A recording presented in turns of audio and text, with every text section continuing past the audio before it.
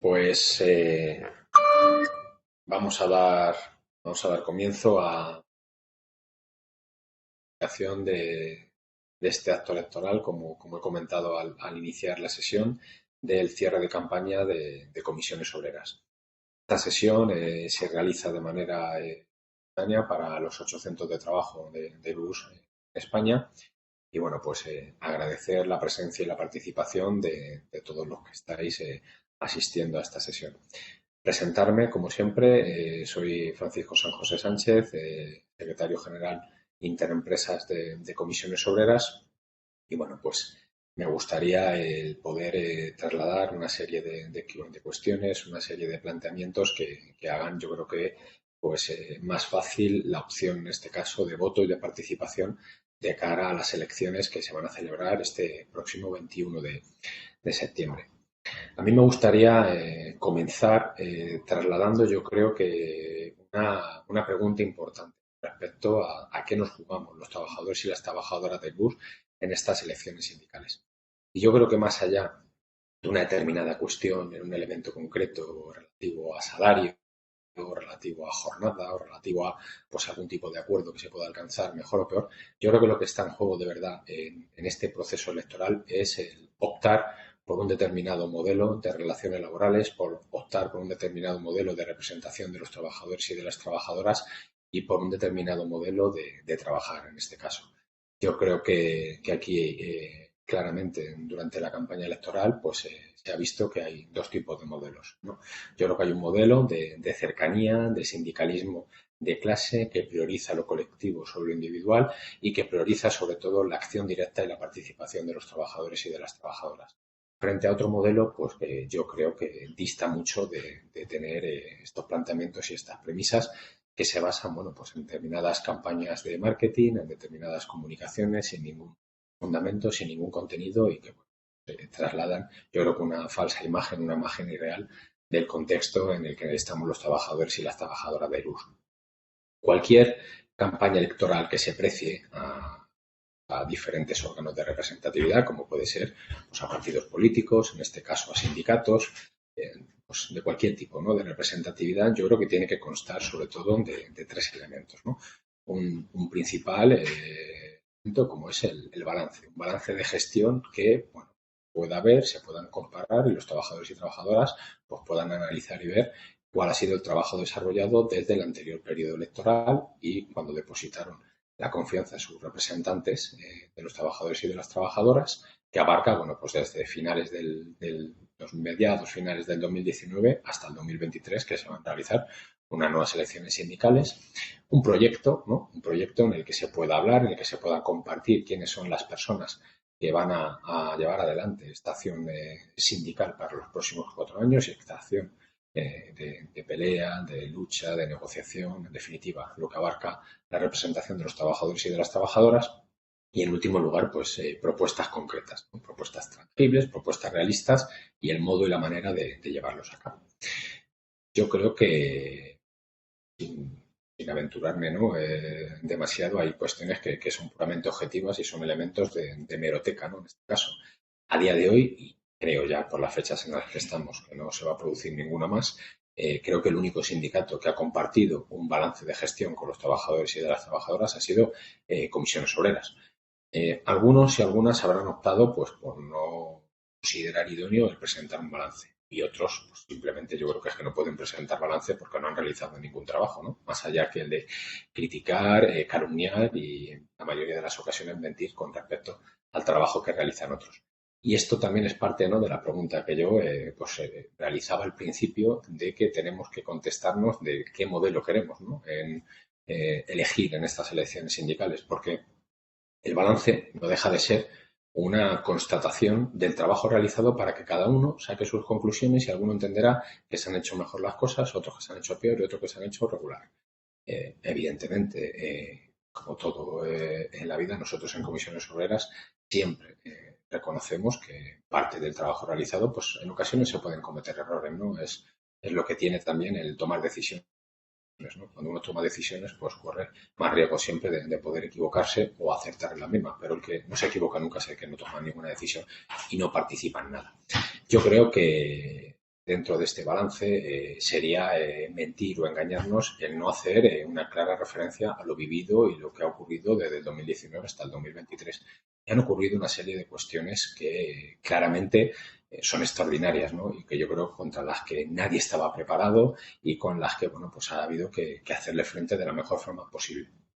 Y, bueno, pues siendo claro y siendo transparente, yo creo que hay que decir la verdad de lo que ocurrió en esas fechas. Ahora es fácil, ¿no?, apuntarse a determinados carros, pero yo creo que no es lo mismo el trabajo, la aportación y la dedicación que hicimos algunos y algunas, en este caso, Comisiones Obreras, la organización en la que represento, y lo que hicieron otros.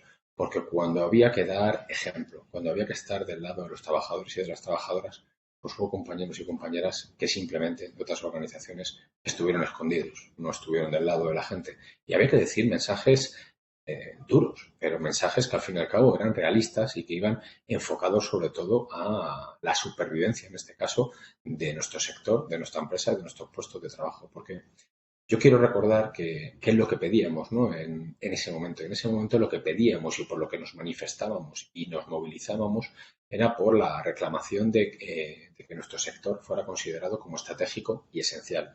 Y así lo conseguimos, con la involucración y con la participación de las administraciones. Además, con un acuerdo del Gobierno central con Airbus, con compromisos claros, con unas inversiones concretas, como hacía más de 20 años, ¿no?, que no se producían y que no se llevaban a cabo las mismas. Y había que dar mensajes, como digo, que eran difíciles, ¿no? Cuando, pues, compañeros y compañeras por ejemplo, pues, de estancos, de droguerías, de farmacias, de productos o tiendas de alimentación, tenían que trabajar en lo más difícil de la pandemia, pues nosotros también teníamos que realizar, y nosotras, trabajos que fueron esenciales y a la postre yo creo que fueron un ejemplo, en este caso, de lo que es el ADN de los trabajadores y trabajadoras de bus, medicalizando aviones, adelantando entregas de aviones para que otros países pudieran también hacer labores de ayuda humanitaria, fabricación de mascarillas, fabricación de batas, fabricación de respiradores. En definitiva, yo creo que una labor, en este caso de los trabajadores y trabajadoras, que es para que nos sintamos orgullosos. ¿Y cómo nos enfrentamos a esa situación? Pues a veces somos muy cansinos, ¿no?, muy repetitivos, pero yo creo que conviene dejar claro también cuáles son las ideas principales de cada organización y de cada sindicato. Y en este caso, las comisiones obreras tenemos claro cómo nos enfrentamos a situaciones de adversidad o situaciones difíciles. Y lo hacemos siempre desde tres premisas fundamentales. Una, como es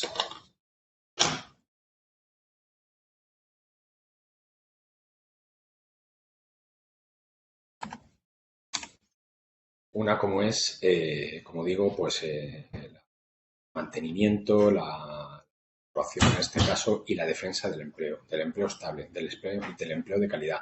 Y además poner las bases para que cuando haya una recuperación, como así ha sido, pues este empleo crezca en definitiva con las condiciones y en este caso las garantías que tiene el empleo y los puestos de trabajo de una planta como Airbus. Y aquí hay elementos que son objetivos, ¿no? Hay cuestiones que evidentemente, más allá de la opinión de uno o de otro, son constatables. Ahora mismo estamos otra vez en unas cifras de plantilla, en unas cifras de empleo cercanas a, incluso superando por los ratios más altos de plantilla que tuvimos antes de la pandemia, por encima de los 13.000 trabajadores y trabajadoras en el conjunto de los 8 centros de trabajo de Airbus en nuestro país.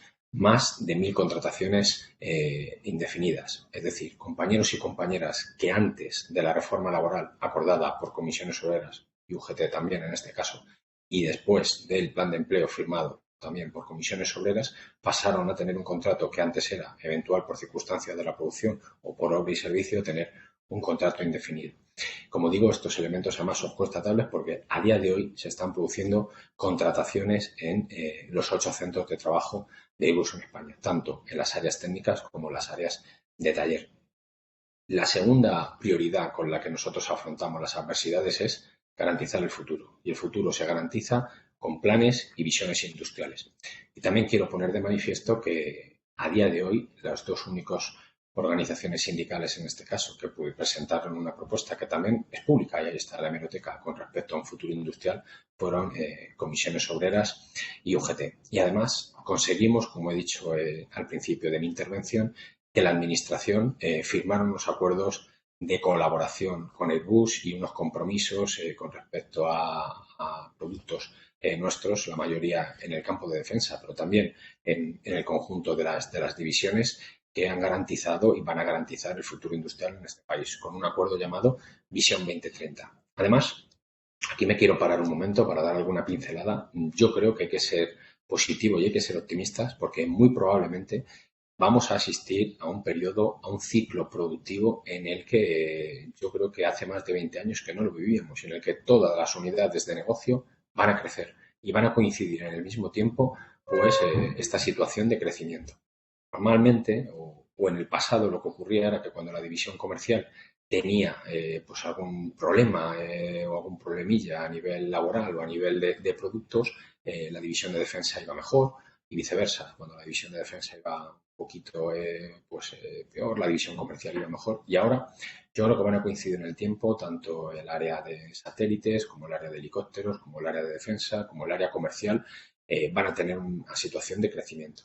Por ejemplo, pues por citar algunas cuestiones sin extenderme demasiado, en la parte comercial vamos a asistir a esta transición que estamos teniendo hasta situarnos en RAID 75, en el modelo monopasillo, en el 320. Un RAID que nunca hemos tenido, que es un reto muy importante y que yo creo que además tenemos que afrontar con valentía y con las mejores condiciones y con las mejores garantías en cuanto a las condiciones y derechos de los trabajadores y de las trabajadoras.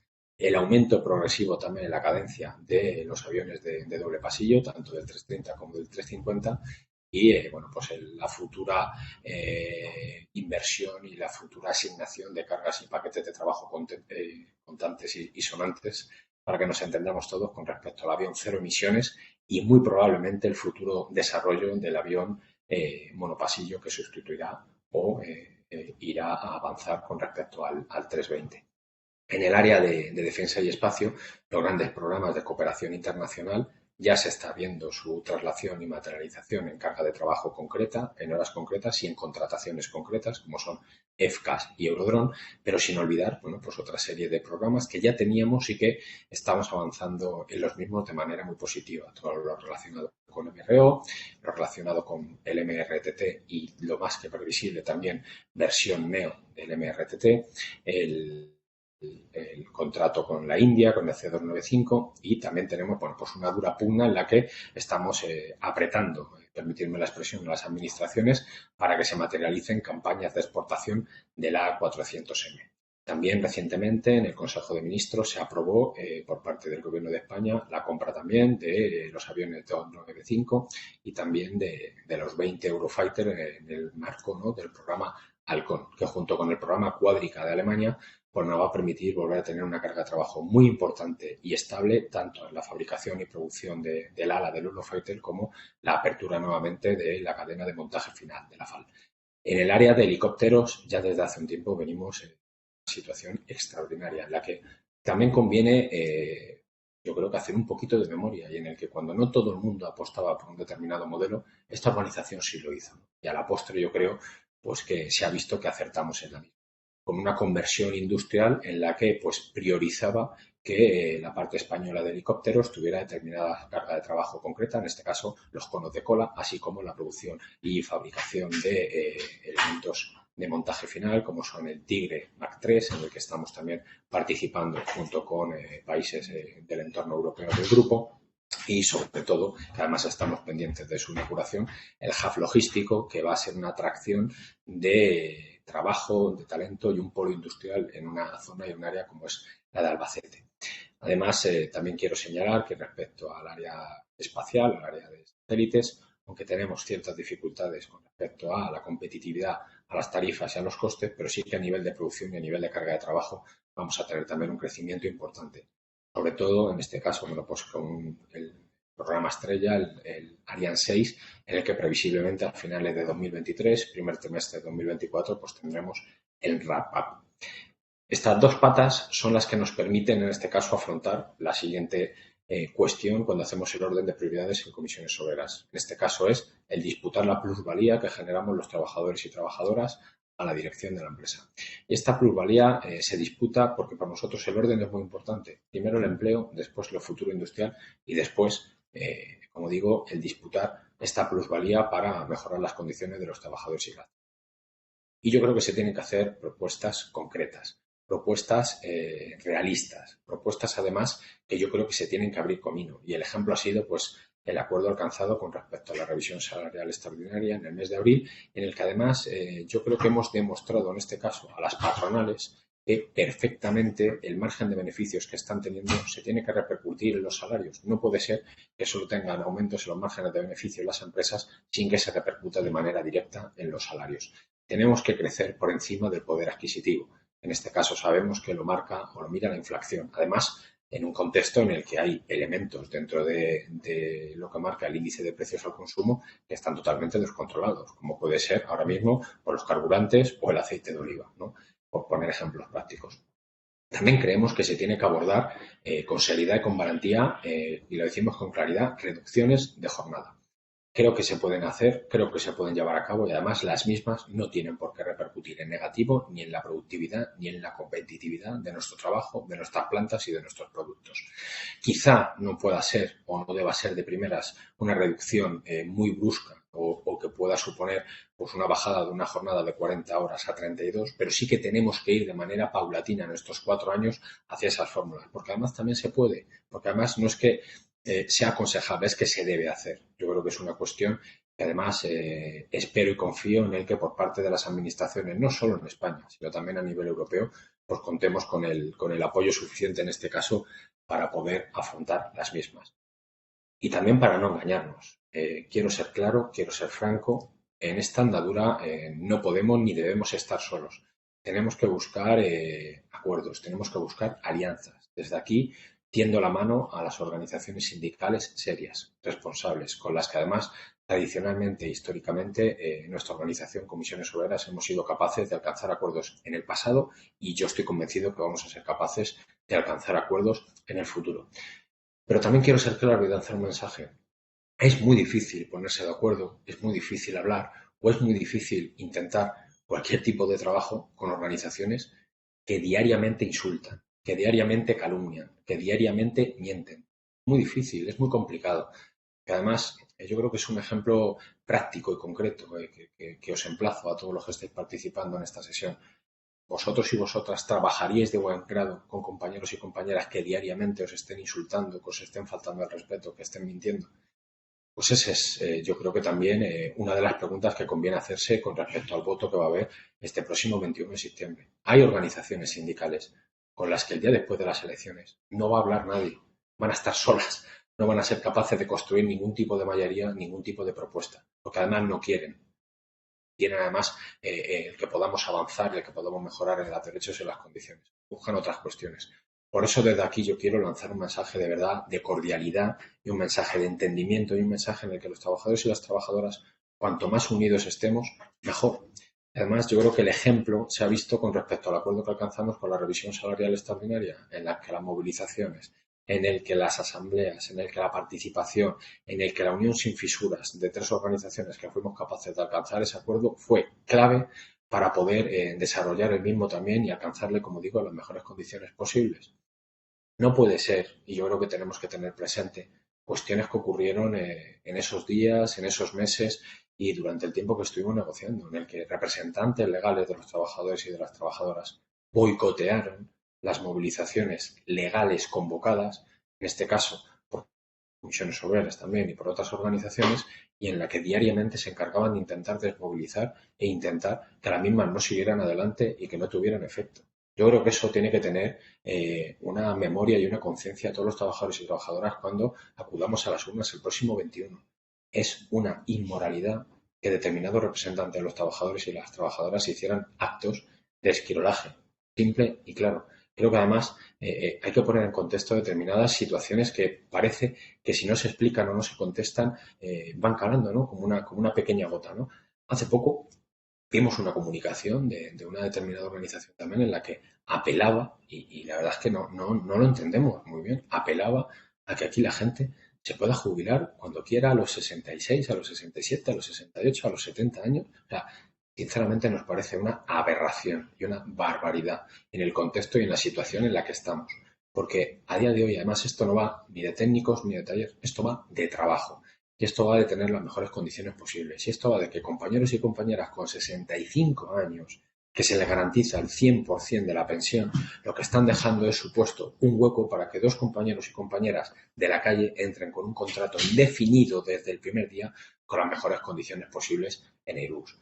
Yo creo que hay determinados mensajes que son muy peligrosos y están haciendo un caldo de cultivo, además, dañino con respecto a determinados planteamientos que tenemos que intentar que salgan adelante en las próximas negociaciones. Y claro, si por un lado hay organizaciones que defienden que aquí la gente se pueda quedar hasta los 70 años de trabajar y otros y otras estamos peleando para que la edad de jubilación sea lo antes posible, con las mejores condiciones posibles, yo creo que hacen un flaco favor a los compañeros y a las compañeras que estamos en esa negociación y que queremos conseguir esas condiciones. Mira, yo creo que además se pueden atender todas las particularidades y todas las necesidades de la gente. Se puede atender las cuestiones de la persona mayor que quiere acceder a la jubilación. Se puede atender la cuestión del personal GP4 que quiere tener un recorrido profesional motivador cuando venga aquí al puesto y al centro de trabajo. Se puede atender perfectamente a las reclamaciones lícitas del colectivo de taller que quieren aspirar a tener una carrera profesional larga y reconocida en nuestra compañía. Pero se tiene que hacer siempre desde el punto de vista colectivo. ¿Se tiene que atender lo individual? Sí, pero nunca en contra de los intereses colectivos. Yo creo que aquí el orden también es importante y se puede hacer perfectamente estas cuestiones y se pueden resolver atendiendo, como digo, lo colectivo para resolver lo individual. Mirad, nosotros no somos el sindicato de los técnicos, como dice alguna organización, no somos el sindicato de los LMA, o somos el sindicato de Albacete, o somos el sindicato regionalista de las comisiones obreras, somos el sindicato de todos y de todas. Somos el sindicato en el que tienen cabida todos los compañeros y todas las compañeras. Por eso somos a día de hoy la única organización que nos presentamos en todos los colegios y en todos los centros de trabajo, porque apostamos por esa diversidad, porque apostamos a que todos los compañeros y compañeras, independientemente de la edad, independientemente de la profesión, se sientan ampliamente reconocidos y representados y representadas. Yo quiero de verdad dar las gracias a todos los que estáis participando en esta sesión, a los que estáis participando y a las que estáis participando en los diferentes actos electorales y además también quiero agradecer a los que habéis dado un paso al frente y os presentáis en nuestras listas, en nuestras candidaturas, que somos más de 400 compañeros y compañeras. Os quiero pedir un último esfuerzo de compromiso, que el día 21 haya una participación masiva, que el día 21 se vote con conciencia de clase, que el día 21 se vote por los trabajadores y por las trabajadoras, porque elegir la papeleta de comisiones obreras es garantizar el futuro para nuestras familias, es garantizar nuestros derechos, es garantizar la carga de trabajo para este país y es garantizar sobre todo que los trabajadores y las trabajadoras estemos representados de la mejor forma posible. Por eso, animaros a participar, votar a comisiones obreras, que yo estoy convencido además que va a ser un éxito estas elecciones sindicales. Muchas gracias por vuestra participación, ánimo y un saludo.